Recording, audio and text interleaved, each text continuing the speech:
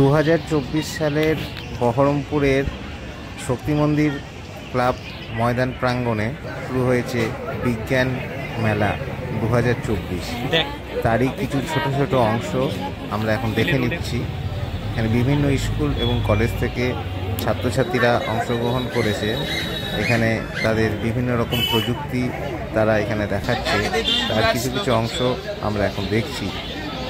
বিজ্ঞান এবং প্রযুক্তির এই মেলাতে যে সমস্ত জিনিস আমরা দেখছি, এগুলো ছাত্রছাত্রীরা তাদের নিজেদের হাতে তৈরি করেছে এবং সেই সমস্ত জিনিসগুলো দেখতে খুব ভালো লাগছে, খুব ইন্টারেস্টিং। এই যে এই জিনিসটা এখন আপনারা দেখছেন, এটাতে কিভাবে জলবিদ্যুৎ তৈরি হয়, মানে জলবিদ্যুৎ উৎপাদন কী করে হয় টারবাইন ঘুরিয়ে, এবং তার থেকে বিদ্যুৎ কী করে পাওয়া যায়, সেই প্রযুক্তিটা এখানে দেখানো হয়েছে। অসাধারণ।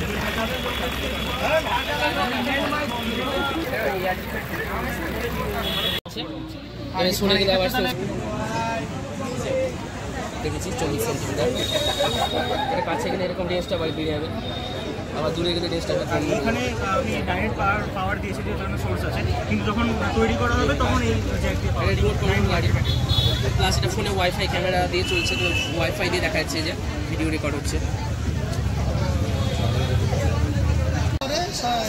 হ্যাঁ, এটা একসঙ্গে অনেক কাজ করবে। রাডার আছে, তারপরে ওয়াইফাই ক্যামেরা আছে, তো ফোনে ভিডিও রেকর্ড হবে, যে ফোনে দেখা যাচ্ছে, ফোনে দেখা যাবে গাড়িটা চালানোর সময় সামনে কিছু দেখতে পাবো। তারপর রিমোটে গাড়িটা চলবে। তারপর এটাতে রেডিও আছে, স্পিকার আছে, তারপর ব্লুটুথ স্পিকারের মধ্যে ইউজ করবো। পাওয়ার ব্যাঙ্ক আছে, পাওয়ার ব্যাঙ্কে ফোন টোন ইত্যাদি চার্জ করতে পারবো। সোলারে চলছে, মানে সূর্যের আলোয়। তারপর রেইন ড্রপ সেন্সার, মানে বৃষ্টি পড়লে বা এসব কিছু ক্ষতিকারক জিনিস থাকলে ওটা সেন্স করবে, একটা অ্যালার্ম বাজবে।